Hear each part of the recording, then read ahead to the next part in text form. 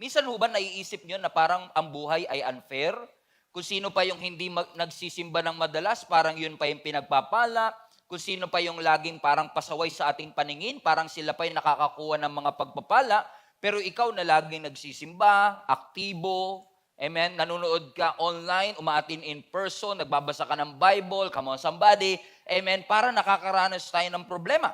And yes, sometimes pag inisip natin, ang buhay parang unfair. Hindi siya fair sa atin, pero alam natin na ang Diyos ay makatarungan. God is just. Ano man ang ating edad, anumang sitwasyon na meron tayo ngayon, lahat po tayo ay naniniwala na ginagamit ng Lord ang mga pagsubok ng ating buhay para palakasin ang ating pananampalataya. In fact, sa New Testament, makikita nyo na ang mga miracles and teaching ni Jesus ay ibinigay at ipinakita sa mga disciple para i-strengthen ang kanilang pananampalataya. Bakit? Kasi ang pagsunod sa Panginoon, following Jesus, includes suffering. Yes, kapag sumunod ka sa Panginoon, may blessing. Yes, kapag sumunod ka sa Panginoon, may pagpapatawad. Yes, kapag sumunod ka sa ating Panginoon, may kalayaan. Pero kasama din sa pagsunod sa Panginoon, yung makaranas ka ng mga paghihirap. Yung makaranas ka ng suffering. Kasi kung tayo lang ang tatanungin, syempre gusto na kagad natin yung sinasabi ng Bible, yung rewards, yung crown of life. Pero napansin nyo, sa binasa natin kanina, those who stood the test, kung sino yung nakapagtiis hanggang wakas, yung mga hindi nagmadali at dumaan talaga dun sa mga suffering, yun ang nakatanggap ng crown of life. Kaya nga mga kapatid, gusto ko ipaalala sa GSMNB Global Family na paulit-ulit ko na rin naman sinasabi, huwag nating dadayain yung proseso. Stop cheating the process. Minsan hindi tayo makapag-antay. Minsan gusto na nating makuha talaga yung mga bagay na gusto nating makuha. Pero hindi ibig sabihin gusto na natin ngayon ay tama na ito para sa ating panahon ngayon. Amen. Huwag nating huhusgahan agad, no? Na parkit, halimbawa, sabihin natin, Pastor, umatin ako ng 2 linggo sa isang singles activity, wala naman ako nakitang mapapang-asawa. Nag-tights ako ng 2 linggo, wala naman ako nakakuha ang pagpapala. Umatin ako ng service, hindi naman nabago yung buhay ko. Umatin ako ng link-up group, wala naman nabago sa ugali ko. Mahirap minsan husgahan no? Kasi nagsisimula ka pa lang, gusto mo na kagad, umaani ka na kagad. Kapag nakakakita ka ng dilim, nakakakita ka ng uncertainty, dumadaan ka sa bagyo at mga winds ng iyong buhay, parang mas madaling sumuko at sabihin, Lord, talaga bang may plano kang maganda sa amin? Totoo ba talaga makaka-receive ako ng crown of life? Kasi sa nakikita ko, puro dilim nito, puro hirap ito. Pero katulad ng buto na itinatanim sa ilalim ng lupa, imagine niyo po kung kayo yung buto na nilalagay sa ilalim ng lupa, madilim talaga dyan. Kung ikaw ang magtatanim, alam mo na kagad, hayaan mo lang siya dyan, tutubo naman yan Pero kung ikaw yung buto na nasa ilalim ka at madilim, iisipin mo, ano ba nangyari, boss? Nilibing mo na ba ako? Hindi ka nilibing, itinanim ka. Magkaiba kasi yung nilibing sa itinanim. Minsan nakala natin, inilibing na tayo ng pagsubok, inilubog na tayo ng mga challenges ng ating buhay, parang wala ng breakthrough at walang pag-asa, pero may plano ang Panginoon. You are not buried, you are planted. Kapag ikaw ay nagtanim at nagplant ng isang seed, you may not see something for a while, but it doesn't mean walang nangyayari sa ilalim ng lupa. Kapag nangako ang Panginoon, kahit parang imposible, kahit parang hindi mangyayari, kahit parang walang clue at hindi obvious, the Word of God will never return to Him void. Magaganap ang pinangako ng Panginoon. Makinig kayo, ang sabi nga ng Bible, in due season, you will reap. Let me say that again. Galatians, in due season, you will reap. Pansinin nyo, hindi sinabing in due date, you will reap. Kasi madalas sa mga pangako ng Lord, nilalagyan mo ng due date. Lord, 34 na ako, wala pang nanliligaw sa akin, beke naman. Lord, 3 taon na yung negosyo namin, wala pa rin return of investment, beke naman. Nilalagyan natin ng due date yung pangako ng Panginoon, Hindi naman sinabi ng Panginoon, in due date, you will harvest. Ang sabi, in due season, you will harvest. Katulad ng isang babaeng manganganak, sineset ng doktor yung due date, pero lalabas ang bata sa appointed time. Hindi sa due date. Minsan sakto, minsan mapapaaga, minsan late ng konti, pero sa due season, sa appointed time ng Diyos.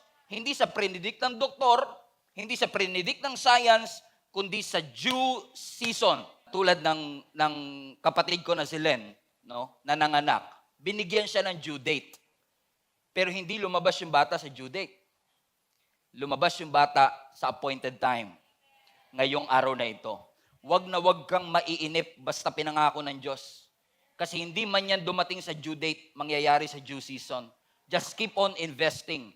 Just keep on pouring. Just keep on believing. Just keep on praying. Kahit parang wala kang nakikita at parang madilim, mag-pray ka lang na mag-pray. Tumuloy ka lang ng tumuloy. Padayon gyud. Tuloy lang ng tuloy. Kasi may plano ang Diyos sa imong kinabuhi. Hallelujah! Palapakan natin ang ating Panginoon. Hindi porket delay. Hindi porket lumagpas sa due date, hindi ka na manganganak. Amen. Mangyayari ang pangako ng Panginoon. Delay is not denial. Katulad ni Abraham, at the age of 100, dun lumabas yung kanilang unang anak. Si Noah, 120 days niyang itinayo yung ark bago dumating yung ulan. Can you just imagine? 120 years of waiting. Inaalipusta ka. Inaasar ka. Totoo ba talaga yan? Na talagang may bahang paparating? 57 years na nakakalipas mula nung tinayo mo yung ark na yan, wala pa rin. Ay, naniniwala ko. Pinangako ng Panginoon eh.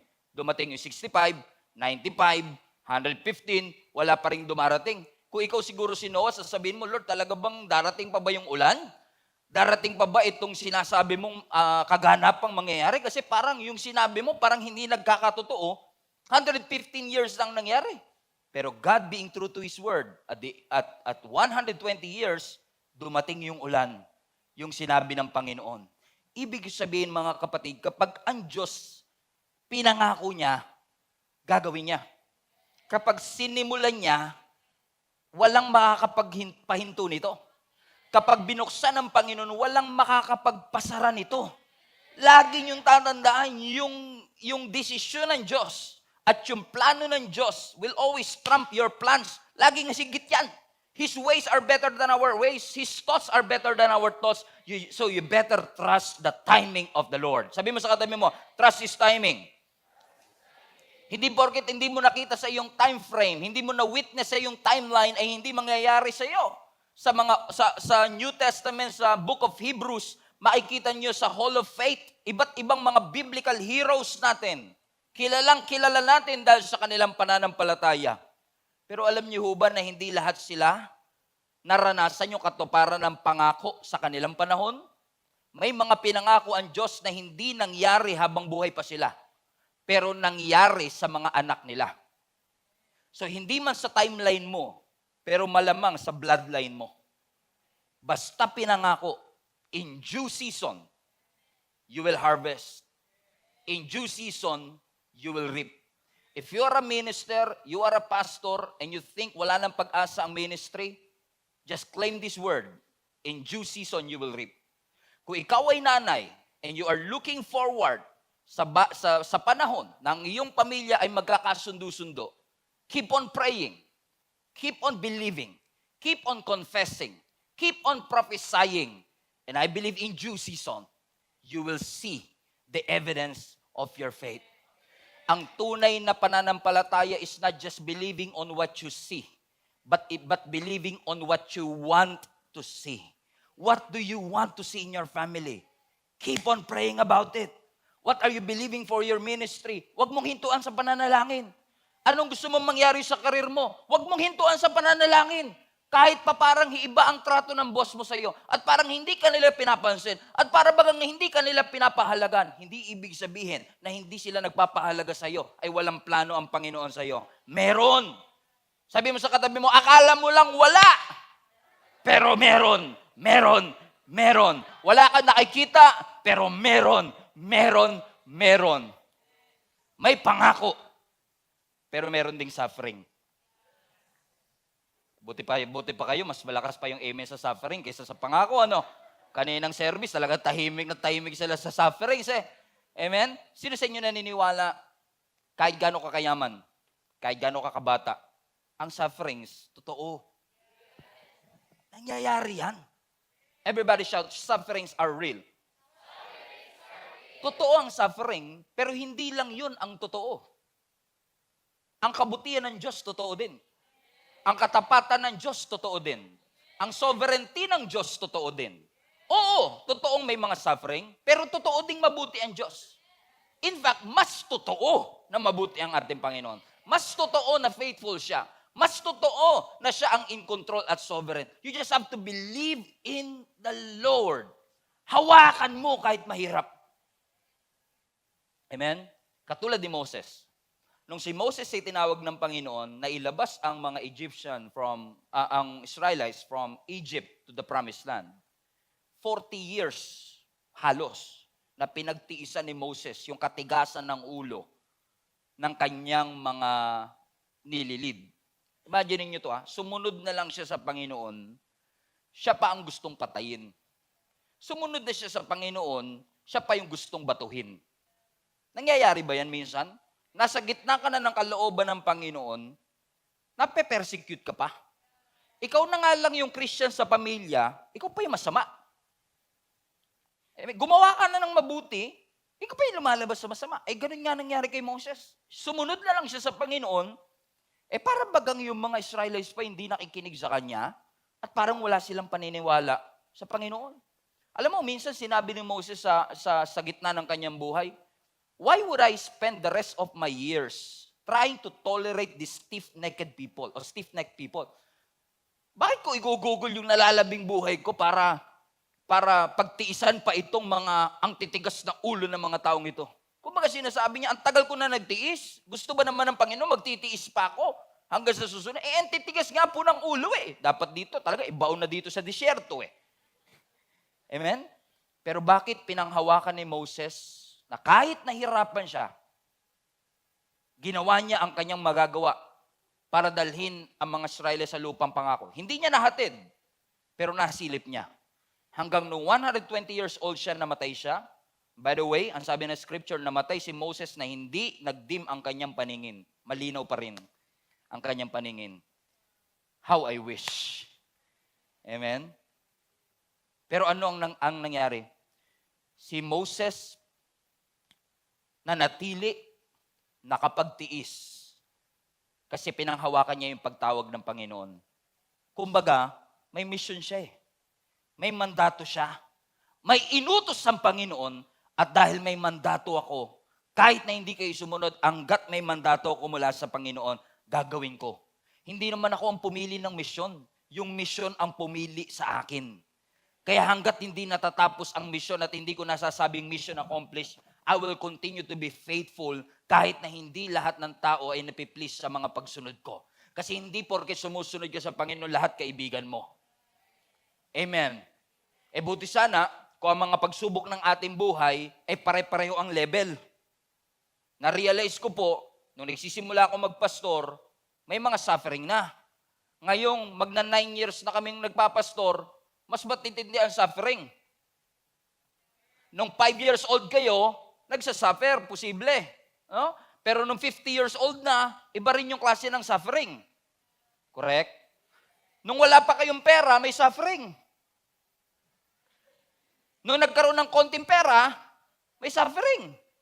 Nung wala pang bank account, nagwo-worry. Nung may bank account na, mas nag-worry. Baka makuha yung ATM PIN code ko. Napansin niyo mga kapatid, kahit anong level, may asawa, nagrereklamo. Walang asawa, nagrereklamo rin. Mayaman nagrereklamo, mahirap nagrereklamo. Lahat tayo mga kapatid, suffering is a universal experience. Lahat ng tao ay nakakaranas po nito. Maaaring yung katabi mo, hindi mo kang naghihirap, hindi mo kang nakaranas ng hirap, hindi mo kang dumadaan sa hirap, pero at some point, dadaan, dumadaan, o nagdaan ang bawat isa sa atin sa hirap ng ating buhay. Pero sa kabila ng lahat ng ito, hini-encourage tayo at iniimbitahan tayo ng Panginoon Alam kong mas mahirap dito sa level na gustong pagdala ng Panginoon sa atin. Pero ang sabi ng Panginoon, if you will just stood the test, umakyat ka lang ng umakyat kahit mahirap.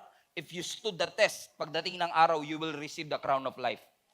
Ibig sabihin ko mga kapatid, makinig ho kayo, may calling ang Panginoon sa atin para mag-move higher.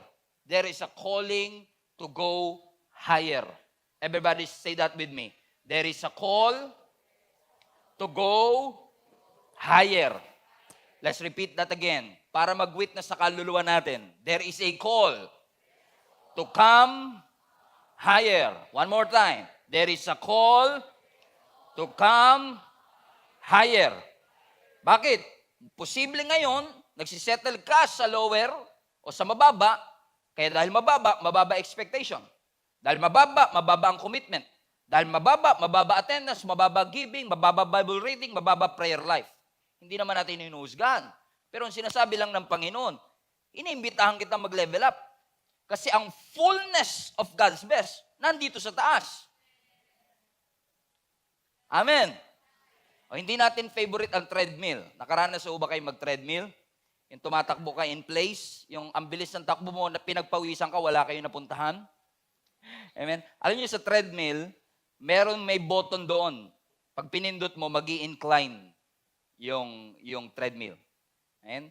Kumbaga, pwede kang tumakbo na naka-flat, pero may option ka na naka-incline. And kung gusto mo ng full benefit ng treadmill, the full experience is in the incline. Okay? Yung flat, comfortable. Yung flat, madali. Pero binibigyan ka ng option. Gusto mo ba mas mabilis na fat burning? Gusto mo ba mas pagbawisan? O pindutin mo to.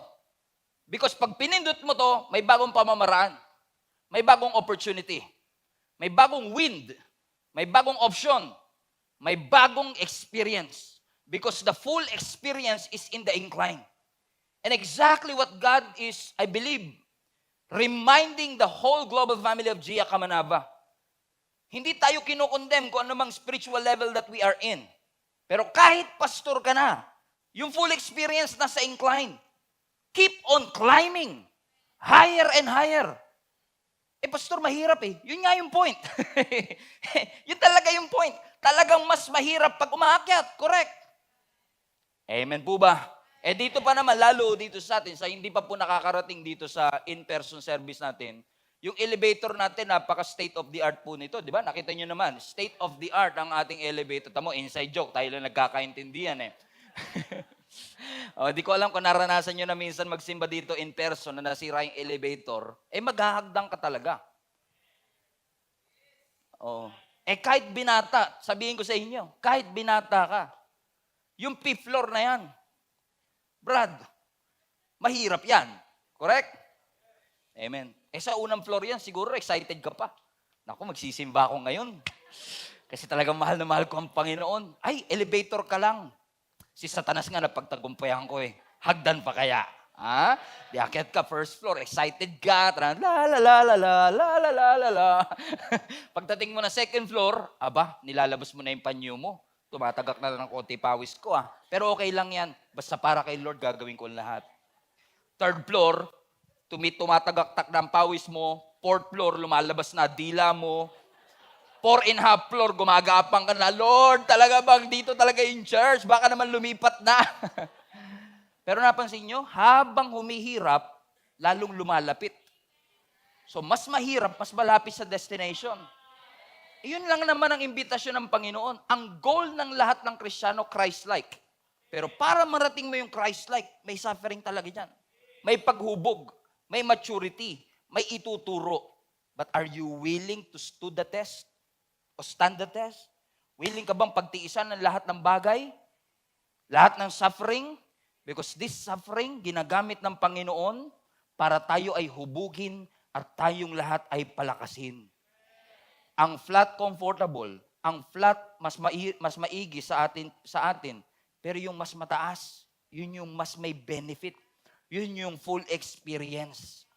Katulad ng pag-akyat ng bundok, walang elevator papunta sa pag-akyat ng bundok. Magpapawis ka, magsisikap ka, mahihirapan ka. Kaya nga sabi ng scripture, ulitin natin, kaya pinagpala. Yung mga tao, watch this, James 1:12 again, pinagpala ang mga taong nag-persevere under trial. Di ba bago mo natayo yung business, nag-persevere ka naman? Di ba bago mo napagtapos sa mga anak mo, nag-persevere ka naman? Okay, come on. Bago ka graduate sa school, di ba nag-persevere ka? Kung hindi ka nag-persevere, hindi mo makakamit. In fact, may kilala kayo, kapitbahay nyo mismo. Hindi nag-persevere, kaya hindi nakuha. Tama, hindi kayo maka-amen, ano? Actually, pastor, nasa loob ng bahay, hindi talaga kapitbahay. Amen? Pero sabi ng scripture, pinagpala yung mga tao na yun. Kasi kahit mahirap, amen, kahit na parang hindi namin alam kung makakarating kami, pero dahil ito, if this is the real way para ma-achieve ko ang lahat ng ito, gagawin ko. Kung ito ang kailangan kong pagdaanan at ito ang kailangan kong baguhin para maging kawangis ako ng ating Panginoong Yesus, whatever it takes, I will do it. Totoong may suffering, pero totoo ding may reward. Totoong may suffering, pero totoo ding hindi ako pababayaan ng Panginoon. Totoong may suffering, pero totoo din na hindi ako iiwan at pababayaan ng ating Panginoon. So ang tanong, saan ka magpo-focus? Sa anong katotohanan? Sa pangako? O dun lang sa proseso? Gagamitin ng Lord ang proseso sa buhay mo para ma-receive mo ang mga pangako ng ating Panginoon. And huwag nating uhusga ng iba. Na porket tingin natin, pag tinignan mo yung katabi mo, mukhang bihis na bihis, mukhang hindi nagsasuffer. Pagka pumasok ka sa bahay nila, naka-aircon, buti pa itong mga to, naka-aircon, di siguro to naghihirap. Amen? Pero wala sa aircon. Hallelujah. Mukhang hindi nag-amen yung mga taga 3 p.m. Mukhang lahat kayo naka-aircon sa bahay. Sana all. Amen. Pati CR, no? Lahat talaga. Aircon, ano? Wow. Sana all. Tapos ang bill mo, 500. Kasi, joke. Just kidding. Baka maano tayo dito, bumalagtanan lang tayo bigla dito, ano? Napansin nyo ba na hindi porket naka-aircon, walang suffering? Hindi porket naka-carpet ang bahay, walang suffering? Yung may jowa nga, nagsasuffer pa eh. Amen? Mayayaman, nagsasuffer. Sikat, nagsasuffer. May kotse, nagsasuffer. May yaya na nga eh. Nagsasuffer. Lahat tayo nagsasuffer. Rich or famous, may political influence. Pag tinitignan mo, parang hindi naman ito naghihirap. Kasi pagka ikaw, tinignan mo, ito yung ideal life eh. Ito yung ideal life. Pero akala ko, pag nakuha ko yung ito, wala na suffering. Pero hindi eh. Kahit na yung inaakala mong ideal life, ay may kanya-kanya pa rin mga suffering yan. Do you agree? Tatanggapin mo ba? Yun ang tanong. Tatanggapin mo ba kapag kayo mga mayayaman sa iyong paningin at mga well-off sa iyong paningin ay magsasabing nagsasuffer din sila? Minsan din natin matanggap yan eh. Talaga, nagsasuffer ka? Paano pa kami? Kasi lagi nating ikinukumpara eh. Kasi ang thinking mo, pag nakuha ko nga yung mga bagay na meron ka, akala ko hindi na ako magsasuffer. Pero ang totoo, makuha mo man yun. Sila nga nakuha na, nagsasuffer pa eh.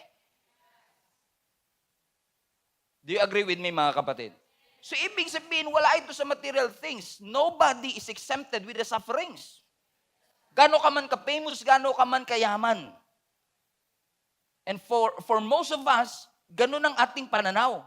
Kapag nakuha ko to, kapag narating ko tong stadong to, kapag nakapag-abroad ako, kapag nakapagtayo ako ng 5 branches, kapag nadagdagan ko yung sweldo ko ng ganito, siguro hindi na ako maghihirap. Siguro sa finances. Pero hindi porket may pera, may kapayapaan. So you may not be suffering financially, but you could be suffering emotionally. Suffering pa rin. Amen?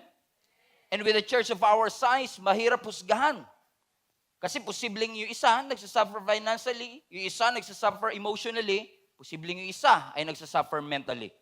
All of us are going through sufferings one way or the other.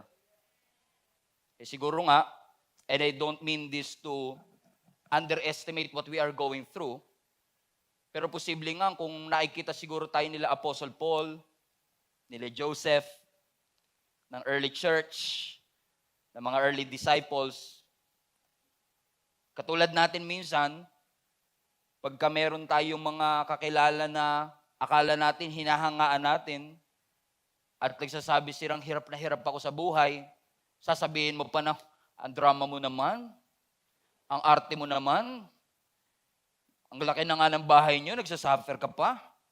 Punong-puno na nga yung ref ninyo, nagsasuffer ka pa. Madali natin silang husgahan. Because sometimes your suffering doesn't make sense to other people. Let me repeat. Sometimes your suffering doesn't make sense to other people. Kung gano'n ang ating pananaw, di ba kasi Apostle Paul, sila Joseph, gano'n din ang sinasabi. Nagsasuffer ka, wala ka lang pang paggasolina. Walang-wala yan sa amin. Ako nga, ginulpi, binugbog eh. Kung si Peter makakausap natin, feeling mo nagsasuffer ka kasi sira yung aircon mo ng 7 araw? Aba, kami nga pinako ng patiwari. So kung ganun lang yung magiging mindset, talagang sasabihin natin at hindi tayo mahihinto ng pagkukumpara. Mas mahirap yung pinagdaanan. Sasabihin natin, kayo talagang mga bagong henerasyon. Walang-wala kayo sa hirap na pinagdaanan namin. Tapos yung generation na nagsabi noon, sasabihin din ng generation na nauna sa kanila, walang-wala kayo sa mga generation. Yung generation nyo, madali na nga ang buhay nyo. Wala kayo sa generation namin. Mas mahirap ang pinagdaanan namin. Sasabihin naman ng isa, buti nga kayo, may cellphone. Noong panahon namin, walang cellphone. Samantalang ngayon, sasabihin, kaka-cellphone mo yan. Pansin nyo mga kapatid, hindi matapos-tapos ang pagkukumpara natin because, again, ang suffering is relative. Hindi natin pwedeng husgahan ang mga suffering na pinagdadaanan ng isa't isa kasi yung mahirap sa iyo, posibleng madali sa iba. At yung madali sa iba ay mahirap sa iyo. Kaya kailangan natin talagang sabihin at humarap sa ating Panginoon, sabihin natin, Lord, it doesn't make sense to other people, but we thank you kasi lahat ng aming nararamdaman, nauunawaan mo. Hindi ka man maunawaan ng iba, nauunawaan ka ng ating Panginoon. Kasi even yung mga biblical heroes natin, iba-iba din yung level na kanilang suffering. Yung mga disciples, ibang suffering na pinagdaanan. Si Joseph, ibang suffering na pinagdaanan. Si Moses, iba yung suffering na pinagdaanan. Sila Prophet Jeremiah, Prophet Isaiah, iba-iba ang kanilang pinagdaanan. I-compare naman yan sa pinagdaanan ng ating Panginoong Hesus mismo. And by the way, which is the Son of God, the Creator of the universe. Jesus who spoke the universe into existence, and yet He suffered. Siya mismo, hindi na exempt sa suffering. Na nung nandun siya sa Garden of Gethsemane, ang sabi niya, my soul is overwhelmed with sorrow. Lord, kung pwede lang, Father, kung pwede lang, take this cup away from me. Even Jesus have gone through a suffering that even to the point of death, kung pwede lang, Lord, kung pwede lang, Ama, tanggalin niyo ito. But it's not my will. Hindi kalooban ko, kundi yung kalooban mo. And totoo nga, nung in-endure ng ating Panginoong Hesus ang lahat ng suffering, sino nag-benefit? Tayong lahat. Amen? Kapatid, listen to me. Ang mga suffering na pinagdadaanan mo, hindi lang para sa iyo. Pwedeng mag-benefit ang next generation. Pwedeng mag-benefit ang iyong mga anak.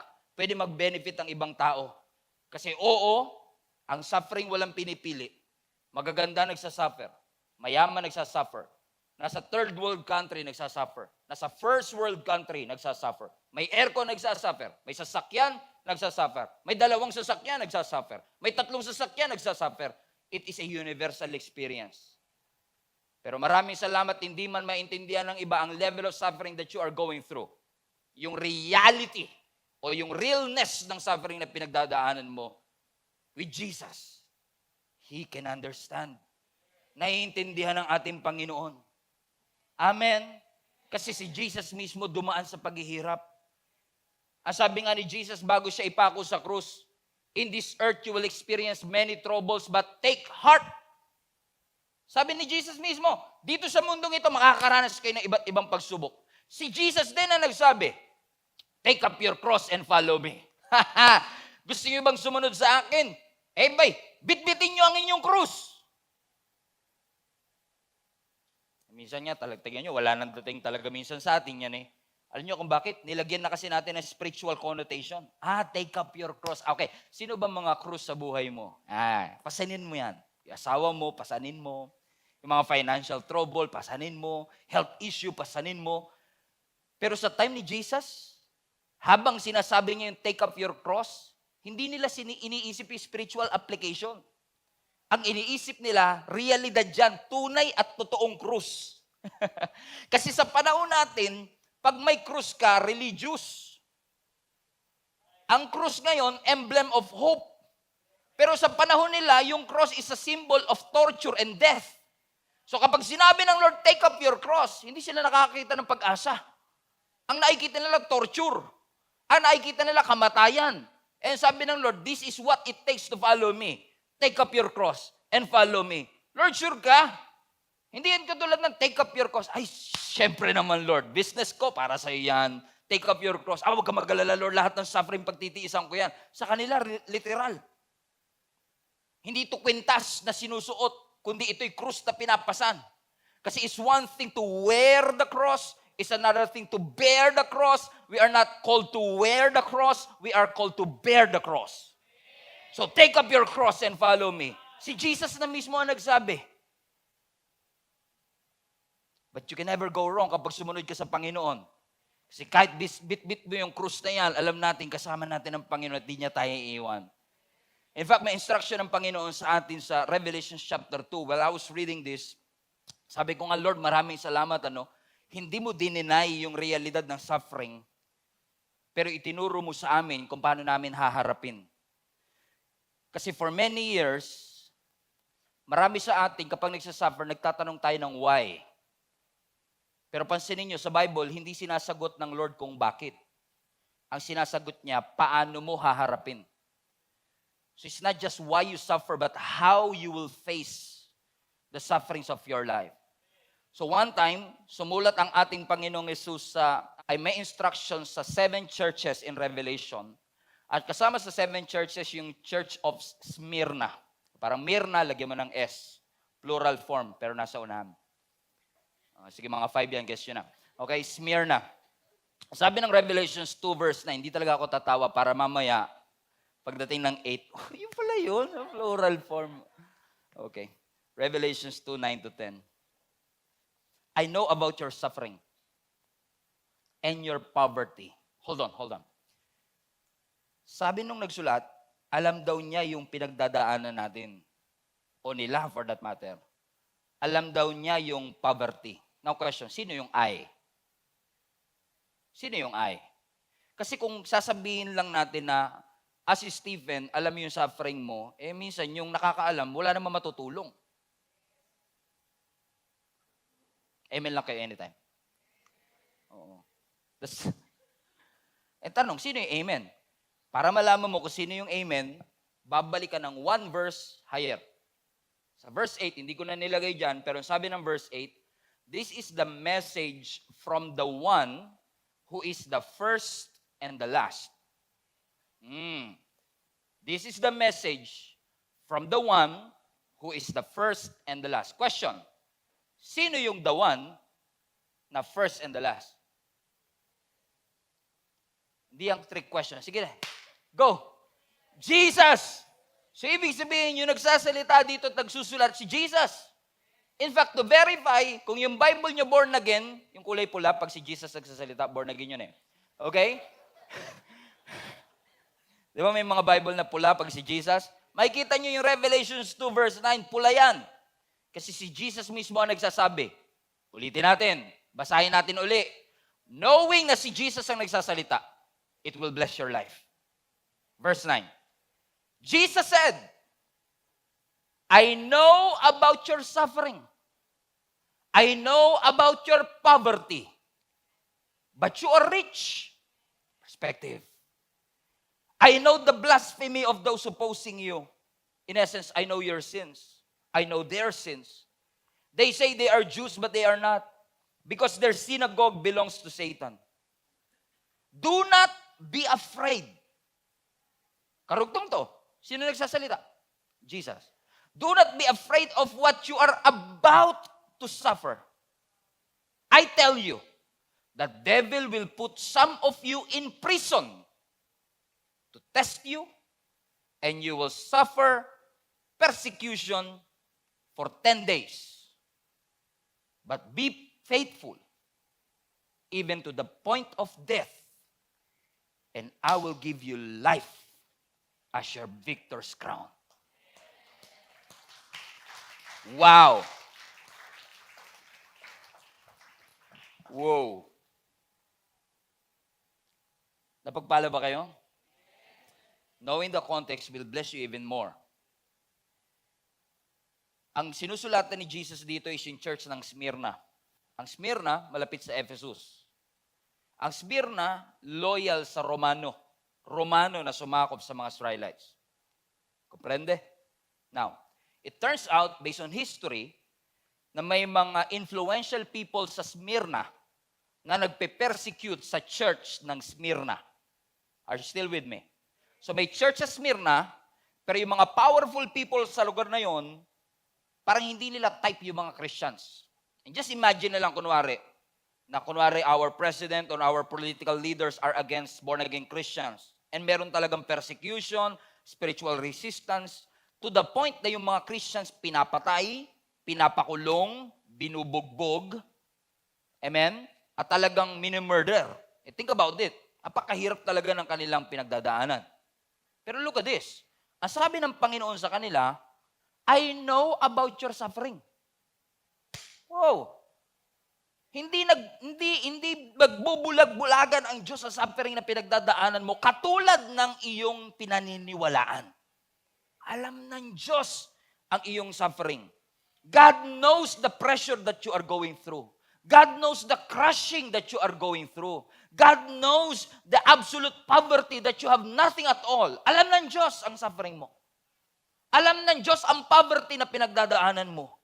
Pero sabi niya sa verse 10 please, do not be afraid. Huwag kang matatakot of what you are about to suffer. Watch this. Yung sabihin ng Panginoon na huwag kang matakot ngayon, at least alam ko kinabukasan, pwedeng masolve. Pero yung sabihin mismo ng Panginoon, huwag kang matatakot kasi bukas magsasuffer ka pa rin. Huwag kang matatakot. Tignan nyo, basahin natin ulit. Ang sabi doon sa next, do not be afraid, verse 10. Do not be afraid of what you are about to suffer. I tell you, the devil, or for that matter, yung mga influential people sa Smyrna, yung Romano, will put some of you in prison to test you. You will suffer persecution for 10 days. Think about this. Ina-assure tayo ng Panginoon, huwag kayong matakot. Bukas, may makukulong. Bukas, may mamamatay. Bukas, may papahirapan ng 10 days. By the way, historical context, yung 10 days na ito ay hindi basta 10 days na suffering. 10 days na progressive suffering. Habang tumatagal, pahirap ng pahirap. Kasi mayroon silang parusa na progressive. So kapag nahuli ka nilang Christian, lumabag ka sa kanilang political point of view, ay pwede ka nilang ipadampot at mag-suffer kay Nero ng 10 days. Ibig sabihin, 10 araw, pahirap ng pahirap. Pero sabi ng Lord, pero huwag kayo matakot ha. May mamamatay. May makukulong. Pero huwag kayo matakot. Parang hirap ano? Huwag matatakot pero may mamamatay. Okay, sabihin ko, guys, huwag kayo matakot. Pero pinapasabi ng Panginoon, ikaw na nakadilaw, ikaw na nakapula, papadakip ka daw po. Doesn't make sense to me kasi pinipredict ng Lord that there is going to be suffering. And yes, sabi ng Lord, don't be afraid. Which made me research that word deeper. Kasi hindi ko talaga maintindihan eh. Bakit sinasabi ng Lord, don't be afraid? Eh, may suffering.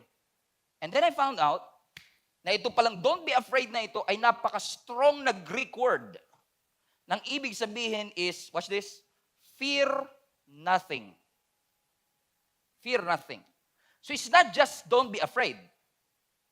Hindi lang sinasabi huwag kayong matakot sa persecution, huwag kayong matakot sa pag-aresto sa inyo, huwag kayong matakot sa pagpatay sa inyo. In fact, sinasabi niya, fear nothing. wala kayong dapat katakutan. Ganun pa rin, Pastor eh. Hindi pa rin ako na-assure. When you say kasing fear nothing, small or severe, siniko o papatayin, ang sinasabi lang ng Panginoon, anumang parusa, anumang pagdadaanan, maliit o malaki. Which is very wise for the Bible to say. Kasi nga, suffering is relative. Pwedeng yung pagpapakulong sa'yo, sisiw lang sa'yo eh. Kaya sabi ng Panginoon, fear nothing. Kung ano man yung bagay na kinakatakutan mo, huwag mong katakutan. It's relative. The Bible is so wise. The wisest book in the world. Sabi niya, don't be afraid. God knows your pressure. Yung church ng Smyrna, dumadaan na sa persecution, sinabi pa ng Panginoon, dadaan pa kayo sa mas matinding persecution. Pero huwag ka matakot. Maging tapat ka lang. Even to the point of death. And God will give you life as your victor's crown. Hallelujah. May reward. Hindi lang sinasabi ng Lord, pagtiisan mo lang. Kung ano mangyari sa'yo, basta magtiis ka lang. Kasi may mga kilala ko, nakapagtiis, pero traumatized pagkatapos. I believe that's not a blessed life. And some of us, you've gone through a series of struggles and suffering. Tapos na yung suffering, pero yung trauma nung pinagdaarang suffering, hindi pa tapos. I believe the blessed life that God wants to give to all of us is a life na kahit dumaan sa trauma, hindi halatang dumaan sa trauma. Kahit dumaan sa apoy, hindi amoy usok. That when you go through the fire, you will not be burned. When you go through the waters, you will not be drowned. That I believe that is the blessed life that God wants us to receive. God wants us to experience. We just have to be inside the will of God. Either wala ka sa will ng Lord o nasa loob ka ng will ng Panginoon. Either way, you will suffer. Pero again, ang pangako ng Lord, don't be afraid. Hindi porket masaya ka, nasa will ka ng Panginoon. You can be inside God's will and still suffer. Bumili ako ng sasakyan, masaya ako, kalooban to ng Panginoon. That's not always true. Nag-abroad ako, kumikita ako ng malaki, nasa kalooban ako ng Panginoon. That's not always true. Ang will ng Lord ay hindi depende sa kasiyahan natin. Hindi porket masaya ka, nasa will ka ng Panginoon. Our will is not always God's will. Ibang-iba ang ating layunin sa layunin ng ating Panginoon.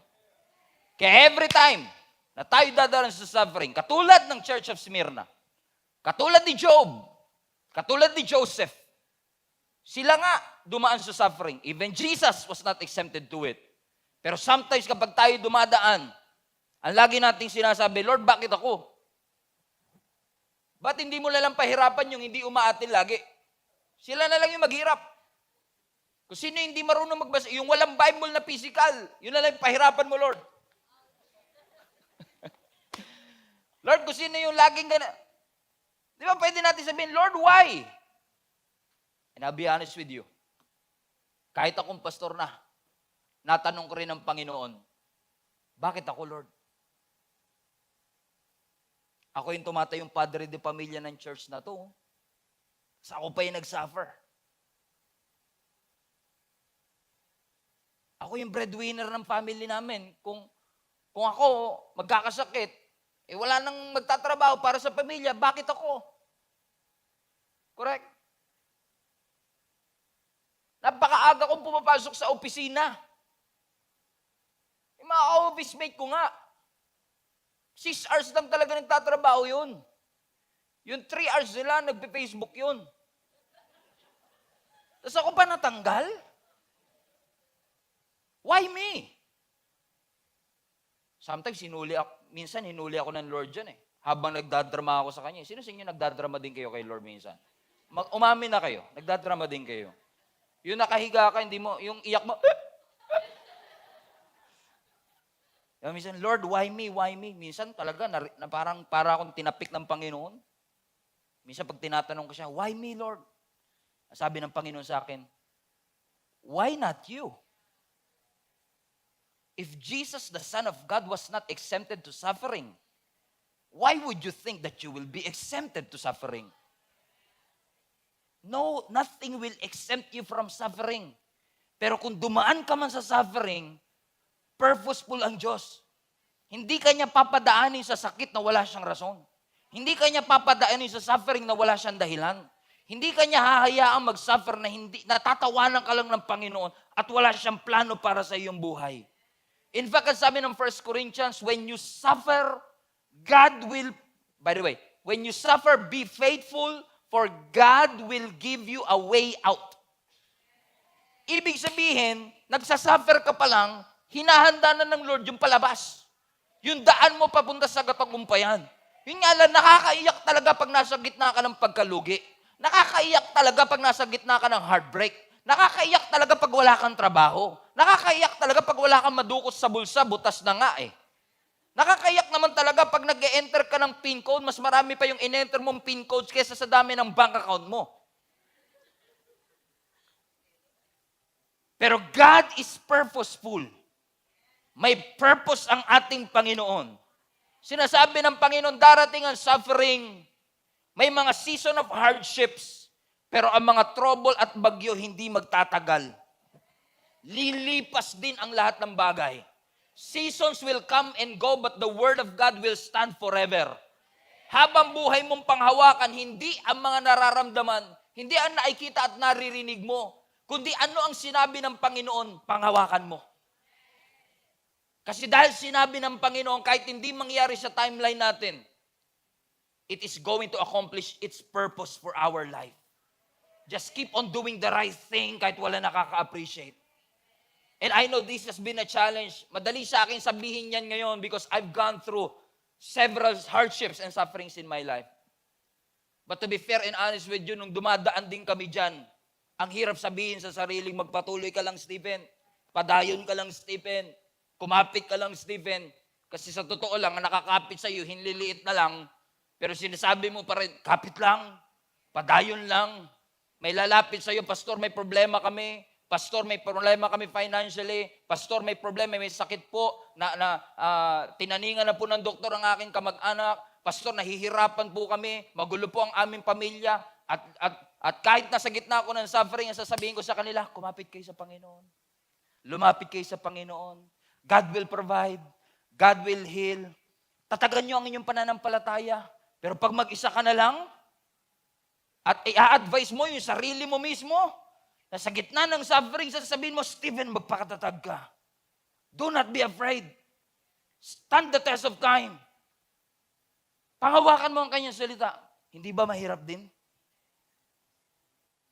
But now, since mahirap magpayo sa sarili, ako na lang magpapayo sa inyo ngayon. Tapos one day, payuhan nyo rin ako. Just keep doing the right thing. Gawin mo lang. Kapag alam mong tama. Keep doing it. Don't stop. Ang sabi nga ng Galatians 6, in due season, you will reap. In due season, you will harvest. Let's close with this verse, 1 Peter chapter 3.